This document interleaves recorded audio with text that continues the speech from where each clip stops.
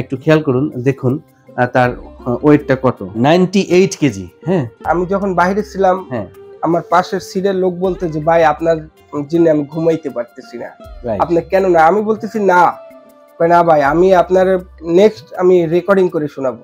আচ্ছা, সে রেকর্ডিং করে আমার শুনেছে, তখন আমি মানে খুব লজ্জা লাগছে।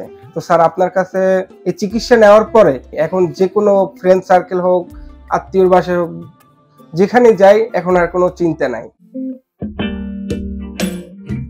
আপনারা যারা নাক ডাকা সমস্যায় ভুগছেন, আমি মনে করি যে আজকের ভিডিওটা দেখলে আপনাদের অনেক সাহস তৈরি হবে বুকে, যে নাক ডাকার থেকে যে আপনি মুক্তি পেতে পারেন সেই গল্পটা আজকে আপনাদেরকে শোনাবো এবং দেখাবো বাস্তব চিত্র। মিরাজ ভাই, 23 তারিখে আপনি প্রথম আমার কাছে এসেছিলেন, তাই না? জি স্যার। তো আসার পর তো আপনি আপনার কষ্টের কথাগুলো আমাকে শোনাইলেন। জি স্যার। একটু কি আপনি আমাকে বলবেন যে তখন কি কি কষ্ট হতো? স্যার আমি এতটা কষ্টে ছিলাম যে নাক ডাকা নিয়ে ঘুমাইলে আমার পাশে কেউ ঘুমাইতে পারতো না, বলতো যে তুমি প্রচুর পরিমাণে নাক ডাকো। আর আমি ঘুমাইলে আমি নিজেই বুঝতেছি যে আমি কতটা বা জোরে নাক ডাকি আমি। আচ্ছা আচ্ছা। প্রচুর কষ্ট হইতো এবং নাক ডাকলে মুখ হা করা থাকতো। 26 বছর হবে আমার বয়স, 28 বছর। তো আমি বোঝার দিছি পরে থেকে এই সমস্যাটা। মিরাজ ভাই কিন্তু যথেষ্ট হ্যান্ডসাম একজন মানুষ, হ্যাঁ, এবং বলতে পারবো যে অনেকটা বডি বিল্ডার টাইপের, তার একটা জায়ান্ট ফিগার। হ্যাঁ, এবং এই জায়ান্ট ফিগার একটা বিষয়, তো এই জায়ান্ট ফিগারে সাধারণত দেখা যায় যে নাক ডাকার সমস্যা হয়, কারণ পেটের মেদ যখন বেড়ে যায় তখন আলটিমেটলি যেটাকে আমরা বলছি সেন্ট্রাল ওবেসিটি, শর্ট নেক হয়ে যায়, এরকম কন্ডিশনে ম্যাক্সিমাম ক্ষেত্রে নাক ডাকার সমস্যা থাকে। একটু খেয়াল করুন, দেখুন তার ওয়েটটা কত, 98 কেজি। হ্যাঁ, কিন্তু এই ওজনেও কিন্তু তার কোনো নাক ডাকার শব্দ নেই।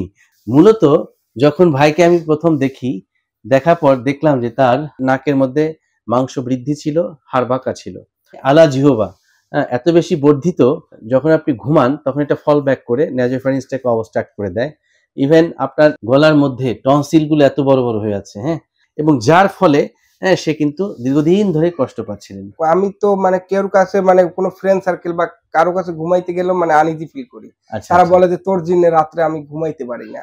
আমি যখন বাইরে ছিলাম, আমার পাশের সিটের লোক বলতে যে ভাই আপনার জন্য আমি ঘুমাইতে পারতেছি না, আপনি কেন না? আমি বলতেছি না, না ভাই আমি আপনার নেক্সট আমি রেকর্ডিং করে শোনাবো। আচ্ছা, সে রেকর্ডিং করে আমার শুনেছে, তখন আমি মানে খুব লজ্জা লাগছে। তো স্যার আপনার কাছে এই চিকিৎসা নেওয়ার পরে এখন আমার ফ্যামিলিও হ্যাপি। ফ্যামিলি বলতেছে যে তুমি তো এখন কোনো নাক ঢাকো না, তো আমিও হ্যাপি। এখন যে কোনো ফ্রেন্ড সার্কেল হোক, আত্মীয়র বাসায় হোক, যেখানে যাই এখন আর কোনো চিন্তা নাই। আপনার জন্য সবসময়ের জন্য দোয়া করি এবং আমিও দোয়া করি যে আপনার দীর্ঘ জীবিত থাকেন এবং সবাই চিকিৎসা ভালো মতন। না, নিশ্চয়ই আমি আসলে এই বার্তাটাই দিতে চাই যে যারা নাক ডাকার সমস্যায় ভুগছেন তারা আসলে হতাশ হবেন না, এটার যে সঠিক সমাধান রয়েছে এবং আপনারা যাতে বুঝতে পারেন যে এটির সুচিকিৎসা এখন বাংলাদেশে অ্যাভেলেবল। মূলত এই অপারেশনটির নাম হচ্ছে স্লিপ সার্জারি, যেটি কতগুলো বিষয়ের সমন্বয়ে গঠিত। একটি হচ্ছে আমরা কখনো কখনো টনসিলেক্টমি করছি, কখনো কখনো সেপ্টোপ্লাস্টি, টার্বিনোপ্লাস্টি করার প্রয়োজন হয়, রিলোকেশন ফ্যারিঙ্গোপ্লাস্টি, পার্শিয়াল ওভুলেক্টমির প্রয়োজন হয়। এই কাজগুলো করে মূলত আমরা এই অবস্ট্রাকশনটাকে দূর করতে পারি। এবং এই অবস্ট্রাকশন দূর হলে কিন্তু শরীর ভালো থাকে, ঘুম ভালো হয়, মন ভালো থাকে, আমাদের কর্ম উদ্দীপনা বেড়ে যায়। আর যারা এই অবস্ট্রাকটিভ স্লিপ অ্যাপনিয়ায় ভুগছে তাদের হয় কি যে সারা রাত যেহেতু ঘুম হয় না, ঘুমের মধ্যে কয়েকবার ঘুম যখন ভাঙবে তখন কিন্তু আপনার সাউন্ড স্লিপ হবে না এবং এখান থেকে কিন্তু সারা দিন আপনার খারাপ যাবে। অর্থাৎ একটা ঝিমঝিম ভাব থাকবে, অবসাদ লাগবে, কর্ম উদ্দীপনা কমে যাবে, স্মৃতিশক্তি লোপ পাবে। তার আগে আরেকটা সমস্যা ছিল, ঘুমের ভিতর লাফ দিয়া উঠতাম। হ্যাঁ, রাইট। এখন এইটা অপারেশনের পরে ওইটা আর সমস্যা হচ্ছে না আমার। রাইট।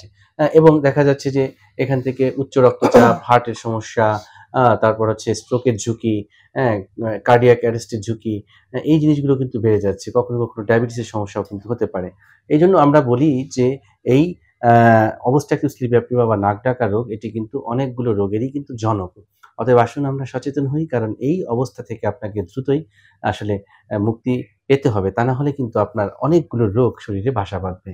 আসুন আমরা সচেতন হই, সচেতনতার পারে আমাদেরকে মুক্তি দিতে। Thank you very much my dear brother to keep confidence on me.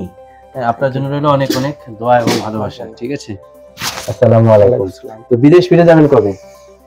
তো 2-3 মাস পরে চিন্তা ভাবনা করতেছি স্যার। আপনি আবার আপনার সেই পূর্বের কর্মস্থল সৌদি আরবে ফিরে যাবেন এবং কর্ম উদ্দীপনা এবং নতুন উদ্যমে কাজ শুরু করবেন, সেই শুভকামনা। দোয়া রাখেন স্যার আমার জন্য। আপনিও ভালো থাকেন। Thank you very much.